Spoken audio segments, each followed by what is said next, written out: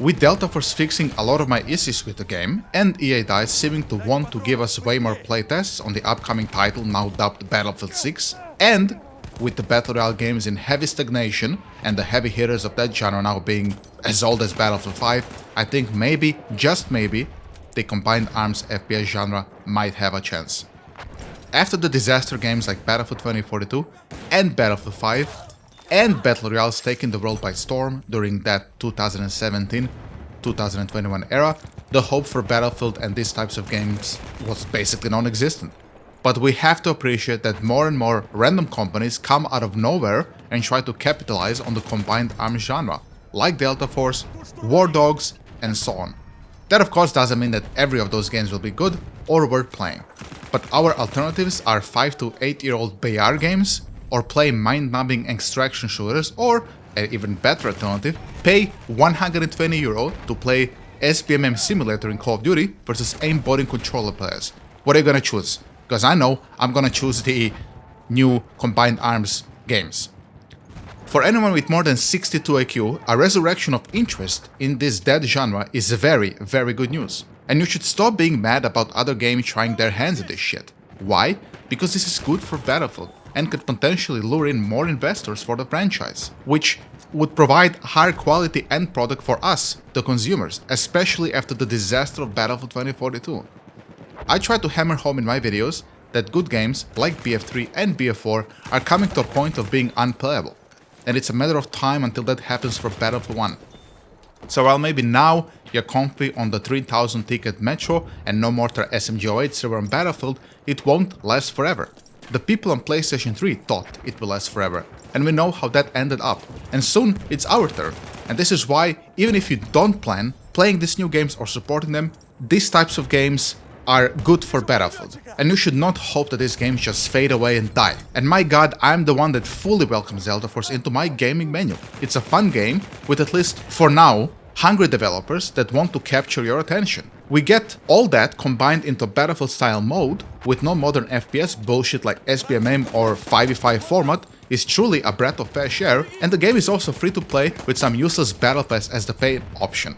And I think that's a good idea, because that means you can try the game, play a couple of maps, try a few guns. If you don't like the game, you can put it down, uninstall it, come back to it in a couple of months when you're really bored in Battlefield. And that's a good thing. However, if I was to give an advice, I would say that you really try the game at launch, play more than a couple of maps, give it like 10 to 20 hours and see if you really like the gunplay, if you really like the new movement they added and the classes and stuff, and then give a objective opinion to yourself. Should I keep playing this game or not? Do I like this game more than I like Battlefield 2042, BF1, BF5, and all the still current available Battlefields that you can play? But with all that being said and all the nice things being said about Delta Force, there are some negatives I still have to talk about, and I don't want to sound like a shill, so I'm gonna mention them. The first one is that they haven't done anything with the vehicles, at least at the first glance. Yesterday, a streamer I watched picked up a Little Bird to try to showcase its mechanic, and my god, it's like he was flying in a hot air balloon. The thing was floaty, it looked like a bouncy castle, it did almost no damage, and the air vehicles were never good in Delta Force. If you played the July test, you would know that the chopper was absolutely trash. It felt terrible to fly. You just died to like AA spamming across the map that had like infinite range, and they haven't seemed to have done anything about the vehicles, at least not at the first glance. Of course, I will have to spawn a vehicle, test it out, and give you guys an honest opinion about how they feel. During the July test, I have made a tank video, showcasing some of its drawbacks and talking about some of the imbalances between the tank weaponry, and while I don't have access to the Delta Force test, and I wish I had, so I could show you guys if some of those things were curbed down or not, what I saw with Little Bird doesn't really give me much hope that they've actually done something with the tank, and that is concerning, because after I've praised the Combined Arms coming back, we then need to embrace the Combined Arms. It would be quite tragic if the only thing we're getting here is basically ground war from Call of Duty vehicles, floaty and ineffective for the most part and dying in 2 seconds, rather than getting Battlefield vehicles which, you know, are stronger than Delta Force vehicles were during the summer test.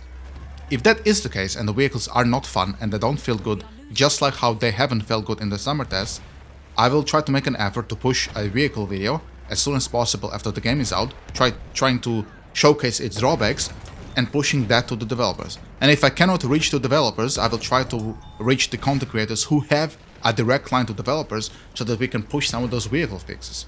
That of course doesn't excuse the vehicles being bad on launch if they're gonna be bad at launch. They needed to be good immediately. But considering that they listened to a lot of the other feedback and really made changes from that feedback, I really hope that maybe they would listen to my vehicle video and try to make some of those positive changes. The most criminal of them all has to just be how the vehicles feel. They're super floaty and have no weight to them. I'm not sure what physics has to be addressed here to add them this feeling. Like for example the Battlefield 1 tank, the Saint Chamon I'm playing in right now, it feels clunky, it feels heavy, it really makes you feel like you're in a World War I tin can, rather than being this super fast, zoomy, floaty, bouncing castle from Battlefield 2042, and Delta Force tanks felt worse than Battlefield 2042 tanks. On the complete opposite side of the spectrum, the Delta Force specialists, I mean, I'm sorry, these are just blatantly overpowered, it's not even close. They make Battlefield 2042 specials look tame in comparison. I remember there was a time where people complained about Sundance and McCabe having too much mobility, and then we have in Delta Force specialists which just spots and wall hacks you on such a low cooldown, and it even pings you twice. Now we have this swarm medic that sends drones that attach to your body, and your guy has to stand still for 3 seconds to try to remove those things, and if you don't do this then you're slowed and have your max HP lowered or something. I mean, that's just insanely overpowered, and considering these are like AoE abilities, it sounds more like something that came out of a MOBA like Smite or Dota, or an MMORPG like World of Warcraft, than it sounds like something that belongs in a first-person shooter. I really don't like this, and I'm not in for it. I've always hated the specialists, but I accepted them as the new standard for the modern FPS, but I think this here is really pushing the envelope, and it's pushing in a very, very negative direction.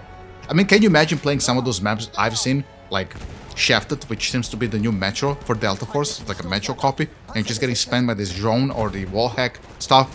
This shit will get boring very quickly if they don't address these abilities. I think these abilities can be addressed, and can be addressed quickly. For example, if we take the wall hacking specialist, we can just make it that she spots you on the minimap instead of it being a 3D wall hack, and there's no reason for that thing to spot you twice. It spots once and that's it, and maybe make it so that we can even shoot this arrow. I mean, it's an arrow that attaches somewhere. The fact you can just shoot it from one point of the map to the other point is ridiculous. I mean, what is she shooting this arrow from? What is she made from, man?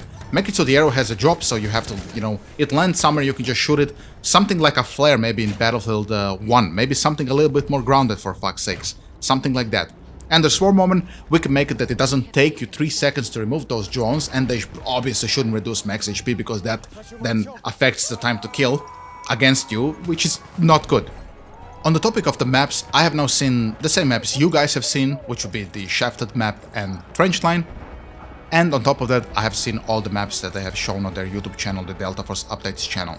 And I think they're all fine, they look good. The visibility is a little bit questionable, and I do think as developers they will have to look into visibility in Delta Force, because in many moments during the streams I have been watching, I couldn't see a fucking thing. So I hope that gets sorted, and some of the maps we've played during the summer test, like Ascension, need to be fixed as well. I think that map is probably the worst map in Delta Force, so far what I've seen. It's quite bad. It's about as bad on the level of Battlefield 2042 maps, bad in my opinion, and they need to fix that map and fix it fast. Both as a player and a creator, I'm quite excited for Delta Force. It's been quite a while since we've had a new Battlefield type game, coming nearly, what, 4 years since Battlefield 2042. It's a good opportunity to grow as a player and a creator. I'm gonna focus on infantry if I can, and if I can't, then I'm just gonna play tank. Either way, both pathways are good for me. I wanna improve in both, I wanna try the game out, I wanna see how it feels and so on. I'm not narrow-minded like some other people to say, oh, this didn't come from EA and DICE, so it's immediately not worth playing, it's a piece of shit, it's a copy. Yeah, because, you know, the developers from EA and DICE gave us such classics like Battlefield 2042 and BF5 that they have earned my right not to play any other game and only exclusively play Battlefield. That's just stupid, okay? However, I will say Battlefield and EA DICE now have an opportunity to say to Delta Force and all the other games that make a copy of Battlefield, let's call it a copy, I guess, to show them, hey, you're allowed to make games that are based on Battlefield, but we are still the kings. Here's Battlefield 6. It's way better than Delta Force. It's gonna be way more huger than Delta Force. It's gonna have better maps than Delta Force. It's gonna have better guns than Delta Force. Show them now that you're capable of still delivering and proving that you are the father of this franchise, and that you're not gonna allow some secondary games to come and take your crown. It's a fight, and it's a fight for survival, and I'm very happy to be in it in the first row seat. With that being said, guys, I'm gonna close the video down here. Thank you so much for watching. If you're new here, I post 2 to 3 videos a week, mostly Battlefield and Delta Force content, sometimes, occasionally, a gaming history video. If that's something you like, consider leaving me a like and subscribe. It's free, it's a win-win for you and for me. That being said, have a nice weekend, and I'll catch you next time. See ya!